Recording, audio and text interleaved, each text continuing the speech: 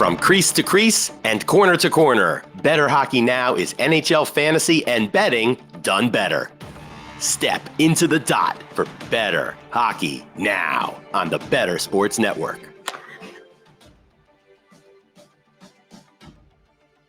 Yes, indeed. A very busy day here in the NHL the last couple of days. Big contract signing, big trade. We got it covered for you here on Bettor Hockey Now. I am at Adam Bernard at Pucking Thoughts. The man to my right is Mr. Christopher Morais, and the man below me, Mr. Anthony Rivera. You can catch Ant on Twitter at AntRivera86, Chris at FuzzyChris91, and me at Pucking Thoughts. Gentlemen, second week in January.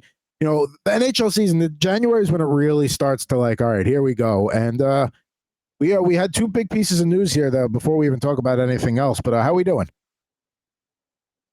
We're there, man. We're in January. Hockey's in full swing. Now you can actually look at standings and start to be like, hey, are there contenders? Are there pretenders? The trade deadline's coming up. So we can start to take this a little bit more seriously. We're in the second half now. There's no more, we're still trying to figure it out. Either you do or you don't. There is no maybe. Yeah, there's no more. It's still early. None of that anymore. Injuries are becoming big, especially to my team, which has dealt with a lot of injuries. But yeah, all across the league, we've got injuries going on to a couple of key players as well. I'm pretty sure we'll get into some of them.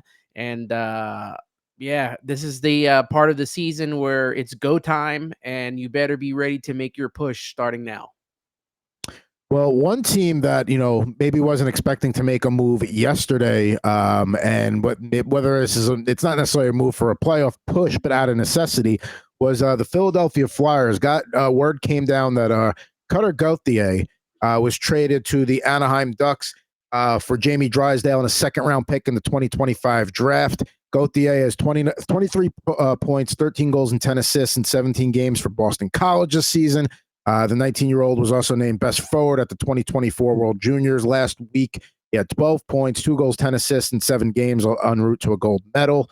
The reason for this trade, simply put, Gauthier did not want to be a Flyer for reasons we do not know. Maybe we'll never know, but he is going to have a hell of a time every time he goes back to Philly to play now, because they are going to let him have it, probably worse than Crosby. But kudos to the Flyers, which, this was a 2022 pick for Philly. They said they tried to meet with him at the World Juniors, wasn't taking any meetings. They tried to give him space. They tried to do everything. Bottom line is the guy didn't want to be a Flyer, so there's a new regime there. Danny Briere and Keith Jones said, okay, you don't want to be a Flyer?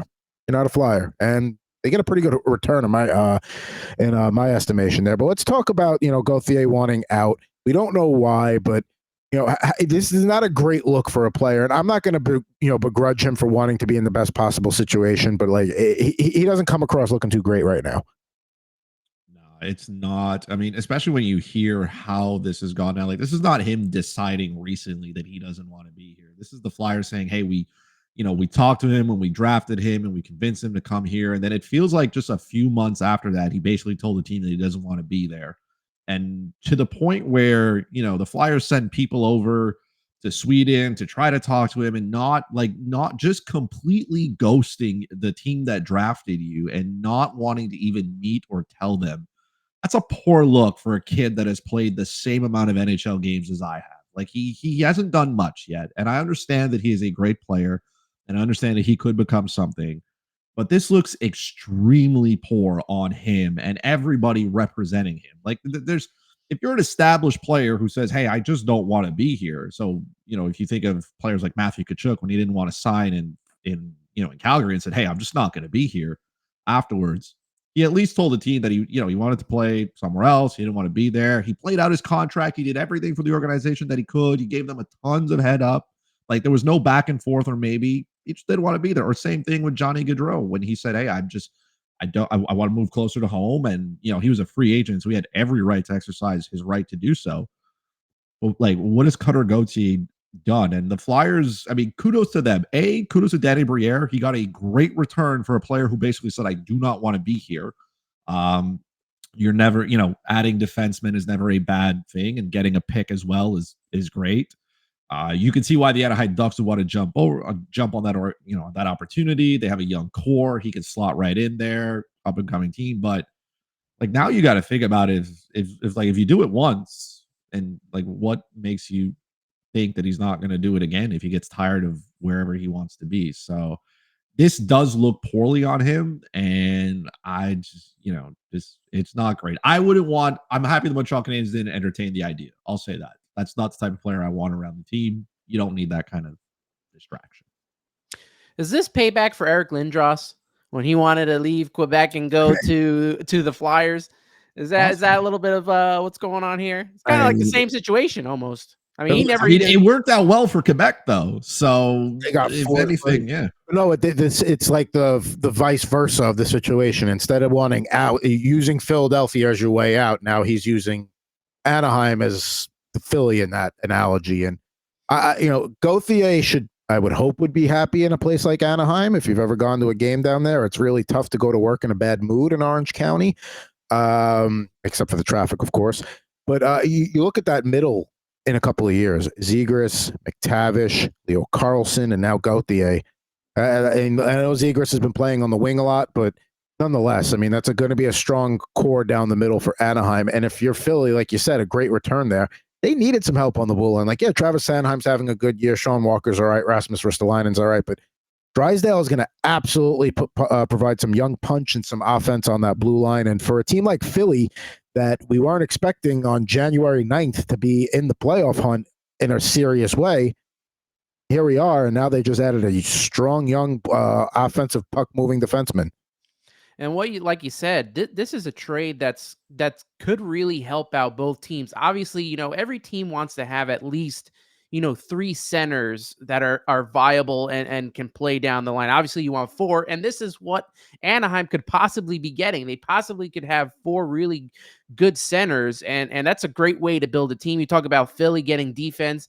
That's the Tortorella way, isn't it? Really building through defense. You've seen it in with the Rangers, and that's kind of the type of team he likes to build, and he's going to get that. And they're not too far away from being in the playoffs, and this could only help them get further. I mean, the other thing it does accomplish too is it sends a message like, all right, we had to handle the situation this way.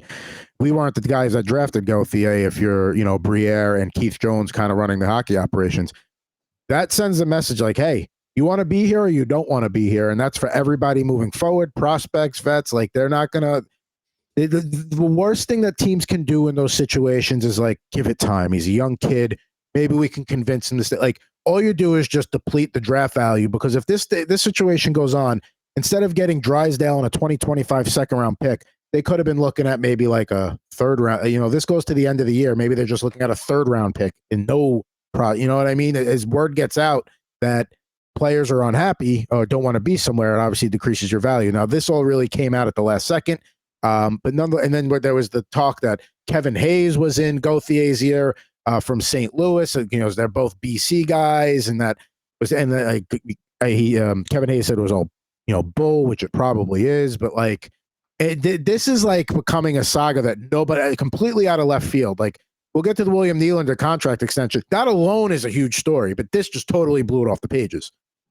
I know that players need to have a say in the league, especially, with ownership and how they hand out contracts and stuff like that. But when you're, like what Chris said, when you're this young and you haven't done anything, and I feel like you have to give time to a certain team that you're drafted to. And then maybe it's like, I don't know, a 1 or 2 year entry level contract or something. And then if it doesn't work out and you want out, then you can get traded and stuff like that. But to not even, step foot into Philly yet and play a game, I don't know. That just sends the wrong vibes. And who knows? Like you said, this could be a player that eventually, if he's like this right now, not stepping into the NHL, who knows if he's like, oh, I don't like this in Anaheim. I don't like the way the team's direction is going. I want to be traded again. Like, this could constantly go on in this kid's career. Yeah, there are a lot of teams that, like, every draft we hear about teams, and they're like the most unorthodox questions that they ask you at the draft because they want to get to know your personality and know who you are. I mean, you could say one thing, but your actions say something else. So maybe not bad on the Flyers. The Flyers handled this as best as they could. They gave him the opportunity and everything. They didn't say anything until after they traded him and said, hey, you just didn't want to be here because why would you trade a young player, right? So, like, they went through the process. And to me, this comes down to character, right? Because teams put a lot of stock into it and they interview players and they do. Like, if you didn't want to be in Philly and if there were other places you wanted to go, you could have easily just met with, declined their offer to interview with them and say, hey, man, I'm not sold on being here. I don't want to be here for whatever reason you want to come up with. The sun comes up on the left instead of the right. Whatever you want it to be. You could have just said, hey, I just don't want to be here. He wasn't a first overall pick, so, it could have slid under the rug pretty quickly and nobody talks about it. But, like, he put his team in a really tough situation to not even want to talk or even mention why. Like he doesn't want to be there. The why is the problem. Because this team drafted you. They gave you the opportunity. They gave you everything. You talk about the development camps and resources and into everything. And then to not even tell them why. Like, I mean, you're a kid. Like, what do you want to do? I get that he's going to go somewhere else, but I feel like this brings a distraction to his new team as well. Because now you got to answer it. And even if you don't want to answer it, now your new team has to shelter you, right? Which means you're not media available, which means you're hiding behind things. He's not going to get a Christmas card from the Philadelphia Flyers ever. And, man, it is going to be tough when he inevitably ends up coming back to Philly to have to deal with, the aftermath of what it was. Of all the fan bases that you want to spurn, that's got to be one of the bottom three that you want to deal with. Philly, New York, Chicago, Boston, all the original 6 teams, Detroit, any of the teams in Canada, I would assume too. You don't want to mess. Like, he didn't even give the reading terminal market an opportunity. There were some great oyster bar in there. Like, absolutely. There's great cookies and stuff and cane. Like, it's great. It's in the heart as well. It's easy to get to the arena. He could watch the Eagles. I go to Philly once a year just for that, for Reading Terminal Market. Yeah, the Philly cheesesteak. I don't know, man. I'm sold on it. I can't believe he wasn't. Whatever. Go ahead. I was going to say, I was wondering if Philly had this kind of set in their mind during the draft too. Like, if we don't want any of the guys after Cutter, like, if we take him with a mindset of if we trade him, we'll probably get a good haul in return. Like, I wonder if that also was in Philly's mind instead of, let's just not draft him and we'll go after somebody else. We'll draft him and maybe we could get some good pieces like they did now in return. Well, that's what's kind of given the Kevin Hayes rumors a little bit of, that weight, we'll say, is that everything was apparently hunky-dory when the previous regime drafted Cutter Gauthier in 2022. So it wasn't like a situation where, like, yeah, this guy wasn't crazy about it. We drafted anyway. And here we are having to trade him. I think everything was fine. And then all of a sudden, he's having the performance of his lifetime at the World Junior Championships in the NHL team that just spent the top 10 pick on you. Like, nah, I don't got time for them. I can't even meet up with them for a cup of coffee. Sorry. Like, do you think that even maybe that performance, maybe he got a little in his head and say, you know what, I could be better off somewhere else. I mean, the timing is very curious on that regard. I mean, you got to strike while the iron's hot. You got to make your money where you can and all that. But Jack Eichel was a guy that was a malcontent, and now we don't even talk about that anymore. With the whole Buffalo thing. Evander Kane, besides the other stuff, that happened later on when he was in Winnipeg, malcontent, wind his way out. Buffalo, wind his way out. Like, we don't talk about that with Evander Kane anymore. Evander Kane is now a pretty good wing on the Oilers. That was a good compliment to somebody that they needed. These are all guys who played, though. Like, they all did something. At that point, even if you're a player and you want to flex your muscle when you have a contract and whatnot, you can make it happen as a player. Right? To none of those players, like, was it fair? No. Jack Eichel didn't want to be there, and, the team and him had their grievances. Jack Eichel's a pretty good player, so he can kind of say what he wants and say, hey, I don't want to be here and send me somewhere else and I'll be happy to do so. And he did. Cutter Gauthier's got no weight here on him. He could turn out playing the NHL and it not work out. There's 5th overall picks that have not worked out. So I am of the same opinion as both of you. I think this is very curious on him, and I don't know who the support system around him is allowing him to have the ego that he has at the age that he is, having accomplished nothing in the greatest league in the world. Now, speaking of striking while the iron's hot, William Nylander, 8-year, $92 million contract. The 27-year-old, he's got 198 goals, 484 points through about 560 NHL games. This year has been his best yet. Franchise record 17 game point streak earlier this year. Fifth overall in the NHL in scoring, 21 goals, 54 points, 37 games. The guy has earned it.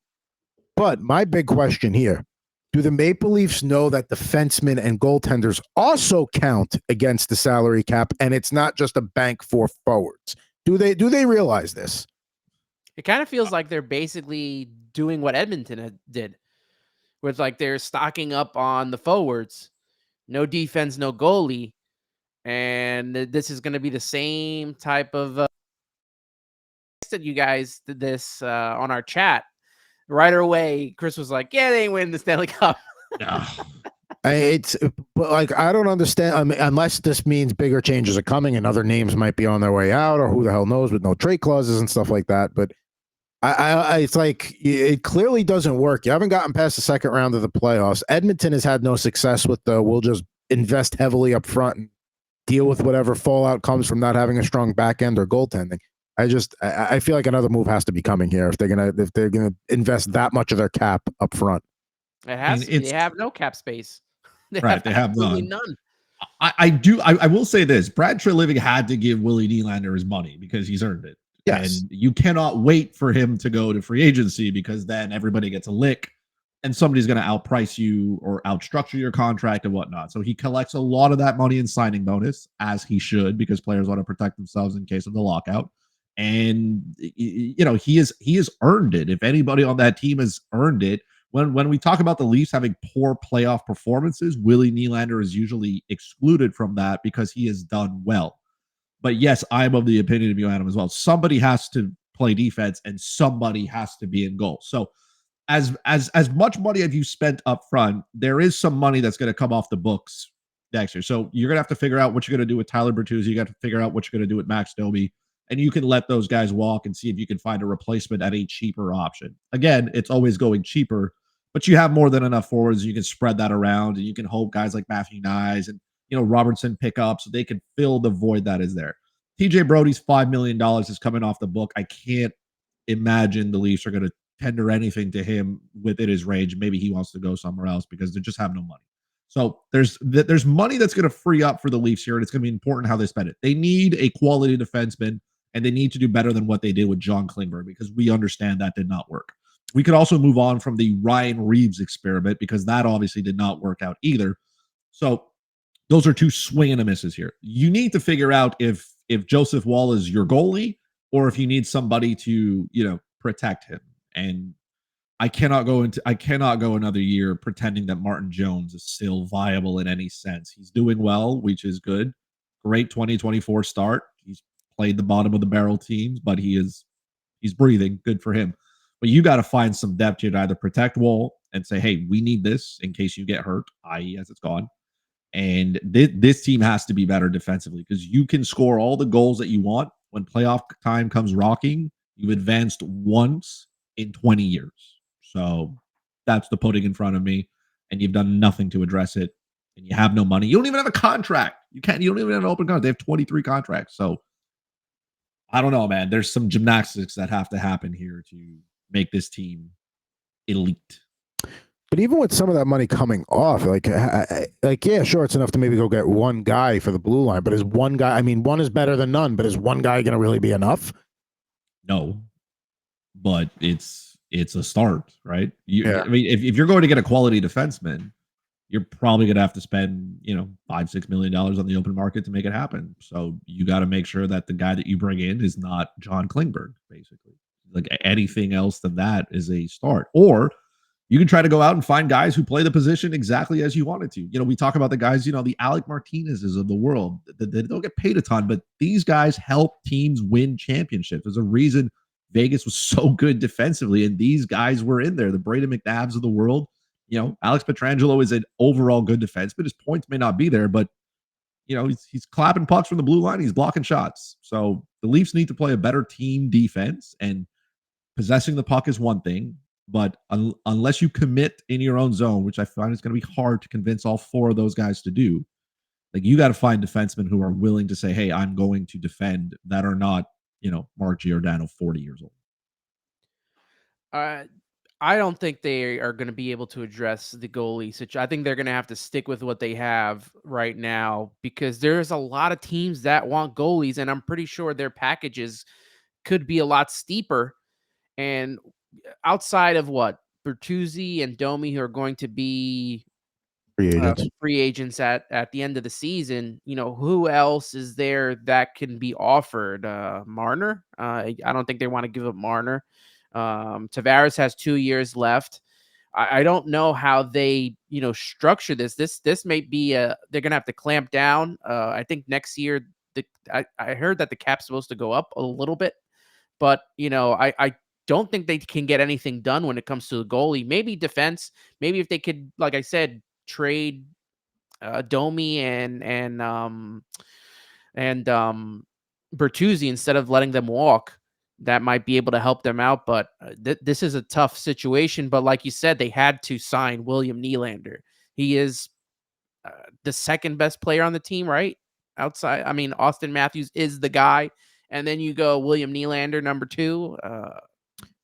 Yeah, I mean, him or Marner would be your options there for your second best player on the team. I mean, they're just so rich up front, and it's just like it's not working, and like they got no cap space. Like, yeah, I don't know.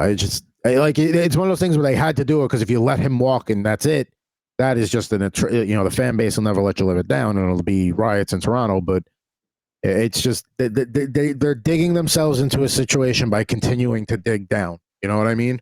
Well, it's like they have a team that's a playoff team right now. And, you have to keep that formula of being the playoff team by bringing back Nylander. Because if you let him go, you're kind of now on the outs because there's a lot of teams that are right around where Toronto is points wise.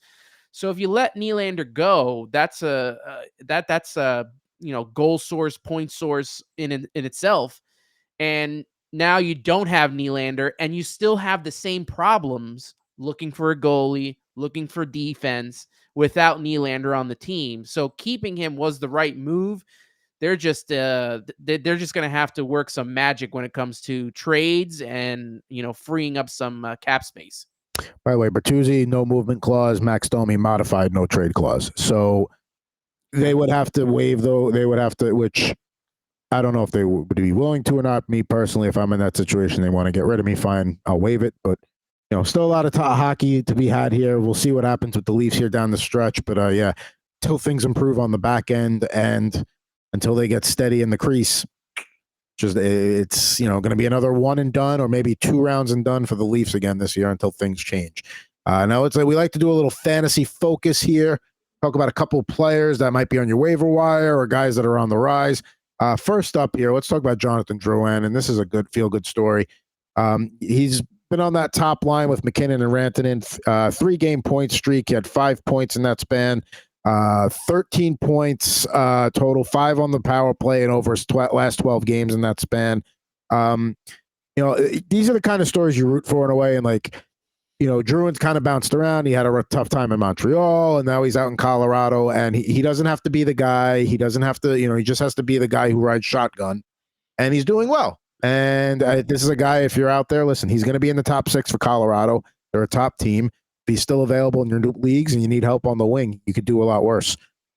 Now, like you said, he doesn't have to be the guy, and he's on a top line with McKinnon and Rantanen. Like, you're going to get points somehow. So, having him at the top there only helps him. And like you said, it's a nice story and good for Colorado, good for him. Yeah, he has played a ton of minutes in the last 5 games. He's played over 22 minutes, 21 regularly. So like Colorado wants him to do well. And as he should, like he is a really good passer. The one thing that's going to like hold him back is obviously his shots on goal. He I'm allergic to Jonathan Drouin, but he cannot shoot the puck, right? So he's not there to shoot, and that's going to hold you back, and he is going to collect his assists from it. But in the position that he plays as a winger, in the volume that he's getting, volume is king in fantasy. You need guys to be on the ice in order for them to do things. You can't get points when you're on the bench. You just can't. So he's out there. He's playing the top line. We'll see how this affects him when Arturi Lehkonen comes back, but there's still a top 6 spot for him somewhere. And if he keeps playing like this, he's going to hold on to it. Yeah, I think even when Lehkonen comes back, there's somewhere in the top 6 for Drouin. If that means you got to move Logan O'Connor down or whatever you got to do. But yeah, they're not moving him anytime soon. He is centering that top power play unit right now with McKinnon running it on the point. So definitely get you some power play points there. Staying with the left wings here, how about Mason Marchment? We'll go from the Avalanche to the Stars, staying in the Central Division. Right now, he had a 4-game point streak snap last night when they beat Minnesota, but prior to that, had 9 points and 12 shots on goal in that span. He's been skating with Matt Duchene and Tyler Seguin, so obviously a couple of good line mates there. He's also on the second power play unit.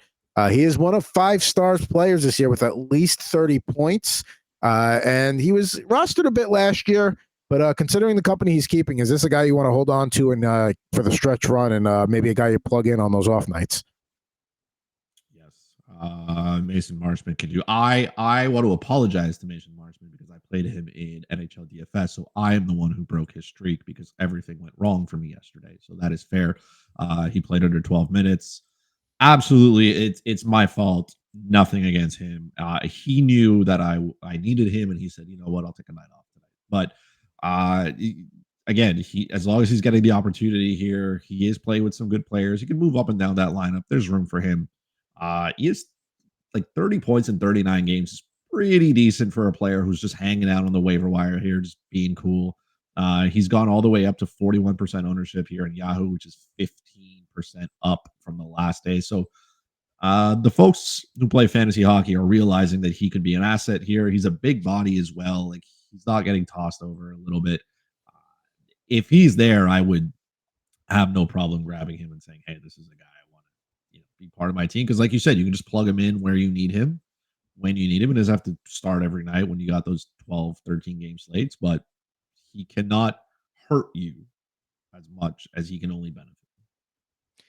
Like you said with Drouin, another player on a good line.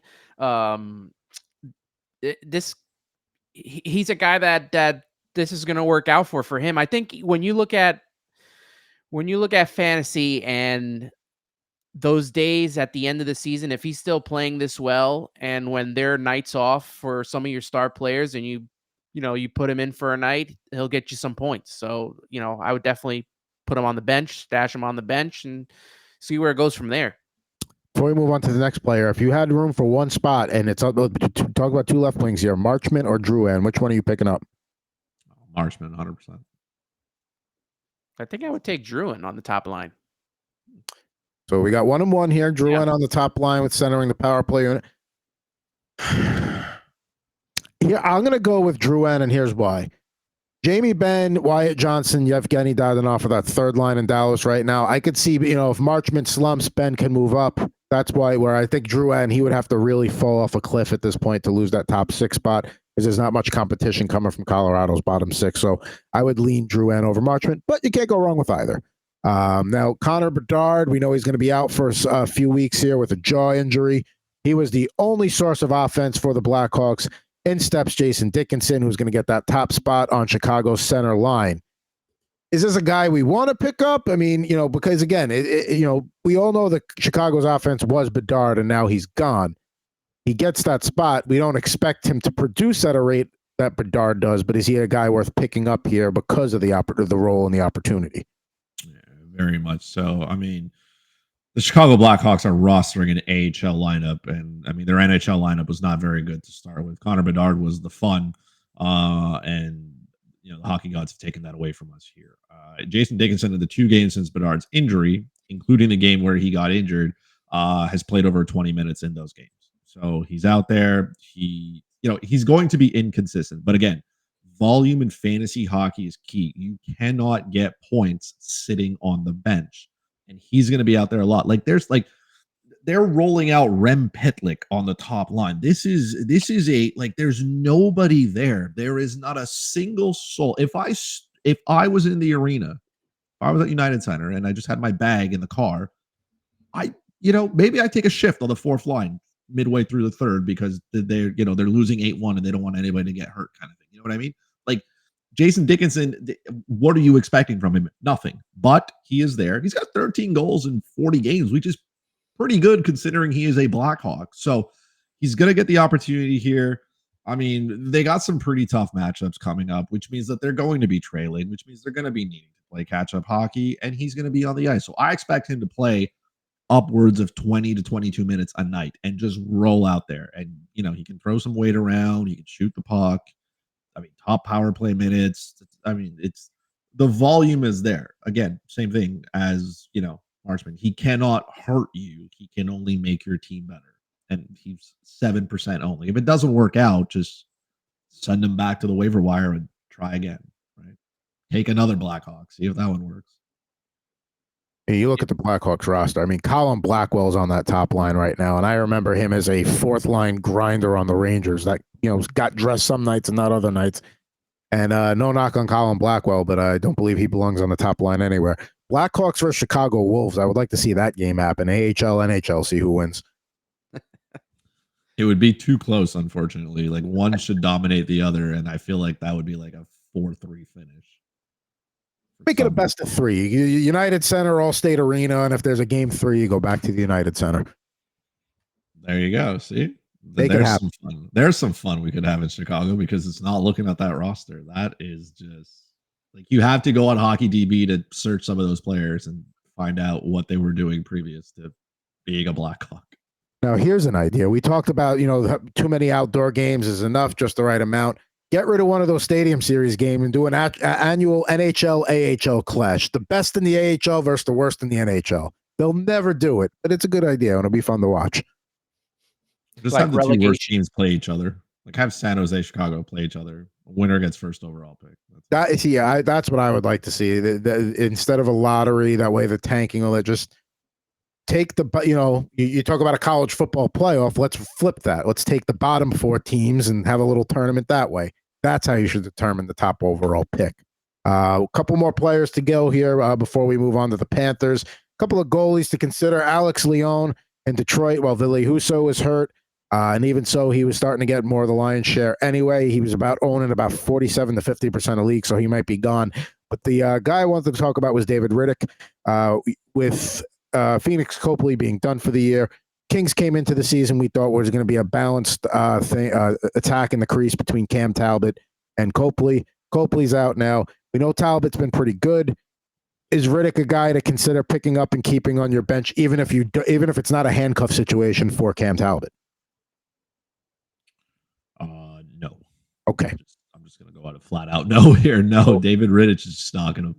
He's not going to play enough. The Kings have really been slumping here of late. They have lost 5 in a row through no fault of Rittich, of course. But like the sample size that he has played now is 3 games. He has been very good in those 3 games. The 162 goals against average and a 926 save percentage is very, very good. But like I feel like the LA Kings, in order for them to get back on track and try to be at the top of their division, they're going to need Cam Talbot and they're going to need him to play and they're going to need him to be the best and they're going to need him to return to the form that it was. As a whole, the Kings have to play better. That's problem number 1. But they have a much better chance at winning with Cam Talbot in goal than David Rittich. Nothing against him, but like as you said, unless I own Talbot, then I'll pick up Rittich in case something goes wrong. But I'm not holding on to David Rittich so he can start, maybe once a week if I'm lucky. And on top of it, he's got to be in a pretty the only thing that would entice me is like maybe he gets those starts against like San Jose and like Anaheim, and you're like, all right, those are games where you could win. But on the flip side, do I really want to play him against Vegas and Edmonton? No. So I just don't want him. Yeah, with Copley out, it's going to be Talbot all the way. It'd probably be like what 80-20. You'll get back-to-backs. you'll get back-to-backs. The Kings are, they're in that 3rd spot in the Pacific Division, but the Oilers have won 7 in a row. The Kraken have won 6 in a row. These are 2 teams that have been in the playoffs as well. They're on the heels, and you're gonna have to play Talbot. You can't count on this kid. You can't count on Rittich to be the guy to help this team continue their march to a possible playoff berth. It's going to have to be Talbot, and he's going to have to take his lumps along the way as well. And they also did add Aaron Dell, but that's not a guy that I would really look at either. He's going to only get in there if Riddick gets hurt or if Talbot gets hurt. So there you go. We covered all the fantasy positions there. We didn't talk much defenseman. We certainly gave you a lot of options up at forward and in the crease there. Now, it is time. We like to spend a few minutes specifically focusing on one team. And right now it's the Florida Panthers. They are absolutely on the prowl. They have gone for 8 in a row tonight in St. Louis in Matthew Tkachuk's homecoming. In this 7-game winning streak that they've had, they've beaten some impressive teams: Vegas twice, the Rangers, the Lightning, and the Avalanche. We got Sasha Barkov doing his thing, 11 goals and 32 assists. Matthew Tkachuk, 8 goals, 27 assists. Would like to see him light the lamp a little bit more, but nonetheless, he's the kind of guy where once he gets going, he may put in like 6 in 2 games, and then all of a sudden he just gets rolling. Goaltending been very good for Florida this year. Bobrovsky, 29-1, 2.545 goals against, 911 save percentage, 2 shutouts. Anthony Stolarz giving them quality goaltending when they need it, 5-3-1 with similar goals against and a similar save percentage. So to me, that tells me the team is playing very well in front of you if the goalies have similar numbers there. 7th ranked penalty kill, which is good because they take the 2nd most penalty minutes. Also 3rd in goals allowed in the good way, so the least amount of goals. Otherwise, they're kind of like a middle of the team road ranking wise otherwise. We talked about the Rangers being the hot team in the East. They've kind of cooled off. Are the Panthers kind of taking that baton as like the it team in the East now? I mean, look, they are fun. I don't think I had the Florida Panthers being this good. They are the only team in the Atlantic Division to not allow 100 goals yet. Now they're at 99, but this is a team that employed Sergei Bobrovsky, who at one point couldn't stop a beach ball. And ironically, as they got better defensively, Sergei Bobrovsky also got better. So it's kind of interesting how that worked out as well. Because Anthony Stolarz, when he's in goal, does pretty well. I actually have them on the under tonight in St. Louis. I know St. Louis is better at home. St. Louis is, I mean, this team doesn't excite me. They are great if you suffer from insomnia. They can probably put you to bed. But the Florida Panthers this is a good hockey team. And you look around that lineup and all the players. Yes, Barkov is good. Like, can you imagine the scrutiny that Matthew Tkachuk would be taking if this team wasn't good? Like, they are elite, and he has like 8 goals on the year. So, like, it would just be absolute chaos if the Florida Panthers were no good. But all of this slides under the rug because the Florida Panthers are a good team. And, yes, Reinhart has come out and he's been really great. And, the other guys that they have around as well, the Carter Verhaeghes, the Evan Rodriguez's of the world, the Sam Bennett's of the world. This is a very complete hockey team. They're not going to go out there and just destroy you every night with goals, right? I don't think they're looking at another performance where they score 8 against Colorado. They're going to go out there. They're going to work you. They're going to get their goals, but they're going to be good defensively. And like, as a good team should, you should play well defensively, and then good things happen. So, good on the Florida Panthers, man. It's fun. Hockey in Florida is doing well. Following the season, this is a team that I was thinking to myself, they're either going to be really good next year or they're going to struggle. They literally crawled their way into the Stanley Cup with injuries and great play by Bobrovsky. And, you look at the outlook that we had in the offseason, Evan Rodriguez, to me, that was a really good pickup. He's got 26 points, 7 goals, 19 assists. Matthew Tkachuk is not even top 3 in points. That's crazy to even think about. And through all the things that Chris has mentioned, with Reinhart being a beast, this team is right where they need to be. And, right behind the Bruins. So we won't see a rematch in the first round, if anything. But it'd be nice to see those two link up again in the playoffs this year. Sam Reinhart, by the way, contract year. Just one of those things that happened. Sam Reinhart also is the reigning star of the week for the NHL. Nice. Led the league with 5 goals and an assist. Scored 2 game winners as well. He's got a league-leading 7 game winners and 13 power play goals. Also tops in the league. So Sam Reinhart certainly making the most of the opportunity to get paid next year. One thing I will say that the Panthers don't have going for them at the trade deadline, if they're looking to beef up and make some additions, they don't have their 1st and 2nd round picks this year, and they don't have their 1st round pick next year. So any shopping they do at the deadline is going to have to be, and not that they really need any major additions, but they're budget's going to basically be minor tinkerings where they need and depth additions along the lineup.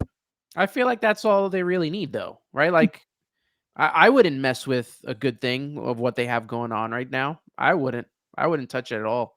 True. And you can just go get depth players, if anything. Like your top 9 is pretty good. You can go get those depth, guys who fill in if you need them. I mean, defensively, the same thing. You go get guys. This is a really good, like they have a really good defense core. It is a lot of guys on pending, that are pending UFAs. We're going to need some money, but I mean, that defense core, nothing really, screams at you, but collectively, these are guys who, Aaron Ekblads, Brandon Montour, Gustav Forsling, Nico Mikkola, Oliver Ekman-Larsson, Dmitry Kulikov, Josh Murray. Like, these are guys who block shots and just grind you out. These are also very big boys. So when you talk about teams winning and playing well defensively, like, I'm not shocked that Sergei Bobrovsky all of a sudden is a lot better when you got those guys standing in front of you and making life just miserable for your opponent. And that the goaltending numbers are very similar for Bobrovsky and for Stolarz. And when balanced is probably the best word to describe the Panthers. But that's one thing about that blue line too. It's, everybody's got their specialties. Who's going to play the power play? Who's going to play the penalty kill? But they're not in a situation in the playoffs where it's like, all right, we're going to roll our top 2 pairs, and that third pairing is going to get like 7 to 8 minutes when we need it, when it's safe. They can just roll 20-20-20 for those 3 pairings, and you really don't lose anything at even strength. Nobody's going to hurt you. I mean, it might be one of the best. I'm not going to say the best blue line in the league, but when you're talking about pairings 1 through 3 and everybody being guys you can play in all situations, I don't know if another team has a trio of pairings like that. They are very, very deep. I think for me, the standard I hold teams as to what the Colorado Avalanche have. And obviously they don't have a Cale Makar, so that, sets you back. But in terms of overall depth, this team has got it. They got guys who can really play. And if everybody stays healthy, the Florida Panthers can make a serious run here. They would, I mean, it's tough to say if they'd be able to win the Atlantic, right? Because they got to get past the Bruins, and that seems like a tough task. If not, assuming the way that this, fills out here, if everything stays as is, the Panthers would have to play Toronto, and we all know how that went for Leafs Nation. So we could have a bunch of Leaf fans crying in round 1 again, and nothing would make me happier than to watch Leaf tears fall to the ground. I'm going off of this through the ESPN, so I don't know if Yahoo's point system is different, but in fantasy points, like if you're a fantasy manager and you had drafted Matthew Tkachuk, well, he could have went top 5, right? That 3, that's right? 6, 7 range, yeah, right in that part. I'm looking at the top point getters right now. You got McKinnon at 1, Kucherov at 2, who's been leading for most of the season anyway. Austin Matthews 3, Sam Reinhart 4. Now, and he's not even in the top 10. I don't even know if he was top 20. What, picks? No. In picks. No. He was nowhere near. You got yourself a nice little player there if you drafted Sam Reinhart. David Pastrnak rounds out top 5.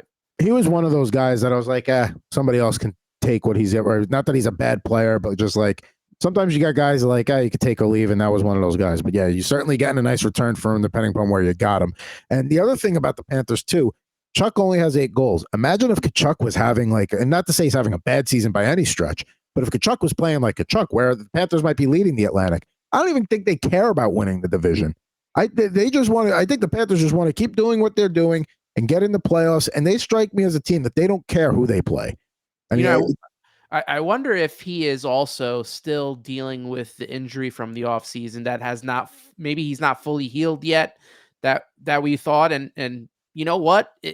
If they coast here and they get into the playoffs and he's 100% and we get the performance that we got in that playoffs, that'll be another nice wrinkle in the Matthew Tkachuk storybook.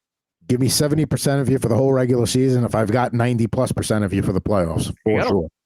And he has been very unlucky. Like his expected goals for, like he is not, like some of those pucks should be in the net and they have just not gone in. So it's through no fault of his own as well. Sometimes the hockey gods just don't cooperate with you. But I mean, if that starts to get, if he starts to get rolling, then this Panthers team becomes just dangerous. And we know what he can bring in every single level of it. Like he can he can score goals, he can rack up his points, he can throw his weight around, he can piss you off on the ice and say things to you and and do all that fun stuff. So like he's an agitator and he's effective when he is under your skin. And I just feel like there's a level that he can get to, but if I'm the Panthers, I'm not too worried about it. I need that level when we get to the playoffs. Like I need you to be the most annoying thing on the face of the earth. What team in the East would you say is a team that Florida would like to avoid if you could give them some truth serum? Is it the Bruins? Is it the Lightning? Is it the Rangers? I mean, I don't know if there is a team that I think they can play any style. They can go head to head with anybody. I don't think they're scared of anybody. They beat both those teams last year. They beat the Bruins. They beat the Leafs. Like who am I afraid of now? I've been there and I've done it, right? And it's not like the Red Wings or the Lightning, right? I'm not really terrified of those teams. Maybe the Lightning a little bit because they're just so good at winning that time of year. But and the rivalry factor, that too. Yeah, but if I'm the Florida Panthers, I'm looking at this going like, you should be afraid of me, not me afraid of you, kind of thing. Yeah, I don't think the Panthers are afraid of any of these teams, but I do feel like the Bruins are going to have some sort of fuel heading into this playoffs. If they meet each other again, they're going to want a little bit of revenge. But I don't think the Panthers should fear any team, considering what they went through to get into the playoffs last year. Everything that transpired for them to get to the Stanley Cup with all the injuries, and then the way that they're playing now. The Bruins being ahead of them by 3 points should not faze them at all. I think the Panthers are a team that we're going to be talking about through the rest of the season here. They're a team that are going to be playing well listen, we've seen upsets all the time, but Florida doesn't look like one of those teams that's ripe for an upset, or like they just look like they are on a mission.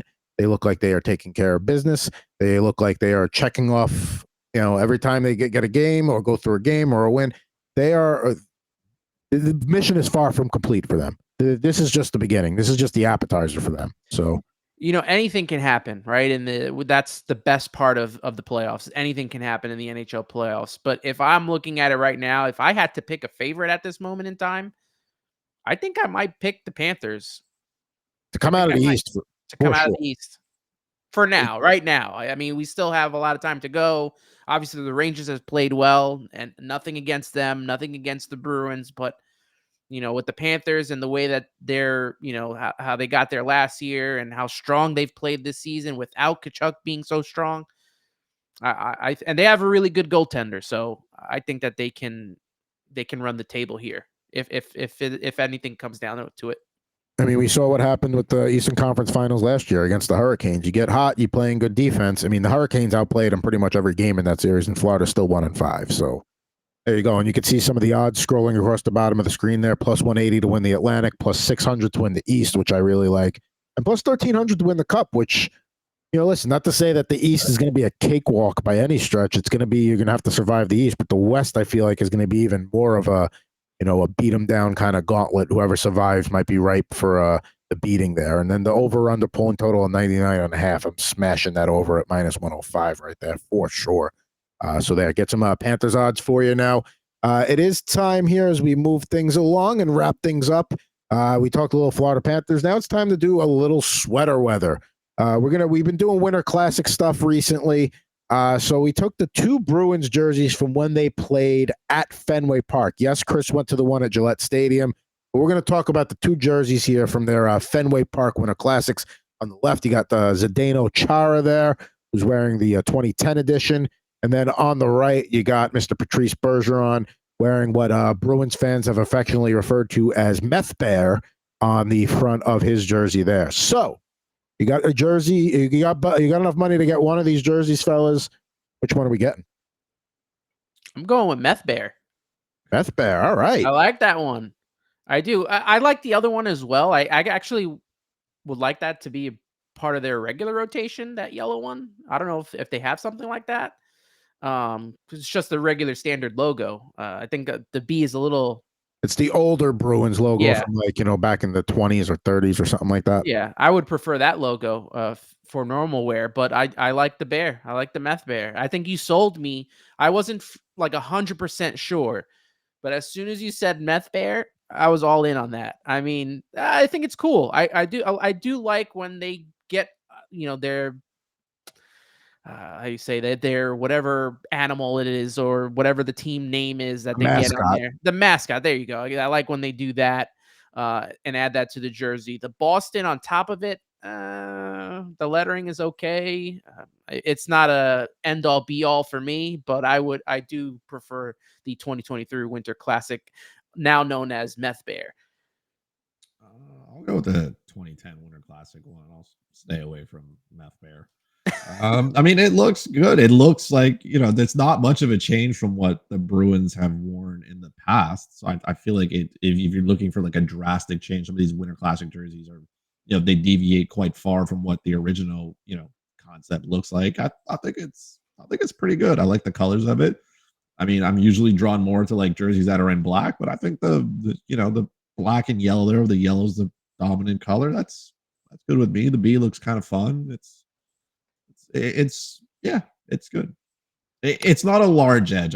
There's no hot take for me today. These are two very. Well, I mean, you're a Canadians fan having to decide on a Bruins jersey, so I wasn't. I know, right? I have to pick between Zdeno Chara wearing that jersey, and Zdeno Chara can never be a fan favorite, or Patrice Bergeron, who is, could be adopted by the city of Montreal, and everybody wishes he did, but he is somewhere else. It is quite tough. I would like them to switch it. Obviously, they could not do it, but have Bergeron be in the 2010 Winter Classic jersey, and then I don't know, find somebody else to wear the 2023 one. Maybe put Brad Marchand in the 2023 one instead, and that then that would have made it a lot easier for me to. I think be okay with myself. With Chara's size, though, you put him in the Meth Bear jersey, that bear starts to look real intimidating with a guy who's 6'9" sporting that jersey. So that would be my one concern there. I gotta go 2010 Winter Classic. I like black jerseys. I like black clothing, but I like it so much I have too much of it. So like when I go to a concert, I want to get a t-shirt, but most of the time I don't because all the shirts are black and I have too many black. Oh, I'm wearing a black Soundgarden shirt right now to prove the point. So when I get a chance to get away from that, I'm going to do that. And that's why I'm going 2010 here, because you don't see a lot of yellow jerseys. The Predators were the first to really do it. The Golden Knights kind of do it with their gold thing, which is bleh. But I like that Bruins logo, the throwback. That's more what I'm looking at there. Nothing against the Meth Bear. We had Cocaine Bear in the movie theaters last year. Now we're talking Meth Bear. So a lot of drugged up bears. I'm going to choose to go with, we don't need any more bears we don't need them on drugs. They're already violent enough. So let's go with the 2010 Winter Classic and keep things safe for our Ursine community out there. I would shrink the lettering a little bit and make the bear a little bit. Didn't they have a full bear, like a full body bear jersey? They did as well. Yes. Yeah. That would have been better than the I feel one like that that's they the had best. there. Yeah.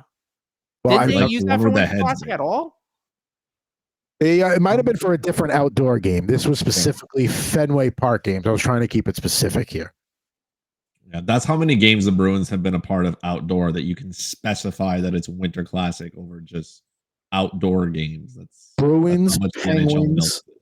Blackhawks, Red Wings, Flyers are probably the most outdoor. The Rangers are teeter. The Rangers probably put on that list after they play this year. I mean, those You are the Penguins, right? Yeah. Yeah, the Penguins. Yeah, they were in the first one with the Sabres. And how many times did they play the Flyers? Just those two.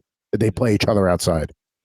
Cutter Gauthier will never be a part of because he is now in Anaheim where they cannot play an outdoor game because you cannot put ice on a beach.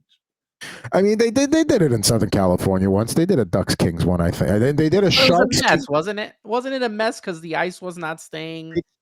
I know they did Sharks Kings in the South Bay. I think that was at Levi Stadium where the Niners play. They did Anaheim. They did. Didn't they do it in Dodger Stadium? I want to say, was it Dodger Stadium? Or was it Ducks King? Dodger. I have no concept of where any of this is in California. Yeah, 2014 Stadium Series game. Hey, you're right. They did do it there. Ducks won 3-0. Yep. Okay. Well, that was a time ago, I guess. That would have been I mean, they'll try Southern California again at some point. Maybe not. I don't know. But I think one of my favorite that was not Winter Classic though was the one that Colorado played outdoors in Tahoe. Just the view and everything and the setting of it, absolutely beautiful. Like I know a lot of teams want to play in ballparks and football stadiums and all that kind of stuff because you can milk the revenue until out of it. But that scenery in that game, just like it was nice. Like, it was done some things. And the Flyers and the Bruins also played in one of those games too, if you recall. It was Flyers, Bruins, and Vegas, Colorado. Those were the two teams that played, or the 2 games that played. Right. I think they were the Nordique throwbacks that day. And the Bruins actually had a yellow jersey very similar to the Winter Classic jersey we just showed there. It was actually the modern Bruins logo with the yellow and all that. So, yeah, but that Lake Tahoe, that was sweet. I had a couple of guys that I know locally that they paddled out in the lake that was behind the lake. So, like, if you're looking for them, you could see it. But, yeah, that was a very unique thing. I wish I was able to go to that. If they ever do that again, I would absolutely try and go. But yeah, that'll do it for this sweater run. We'll have another one next week for you. We'll keep the outdoor jerseys going. It's a good theme. We're having fun with it. But yeah, that'll do it for another edition. Bettor Hockey Now. Here on the Fantasy Sports, here on our Fantasy Alarm and Bettor Sports Network YouTube pages. Don't forget to like, subscribe, and follow us on Twitter at Pucking Thoughts, at FuzzyChris91, at Ant Rivera86. But for Christopher Morais and Anthony Rivera, I'm Adam Bernard. We'll be back with you next week with another episode of BHN on Fantasy Alarm and the Bettor Sports Network. Bettor Hockey Now is on the Bettor Sports Network.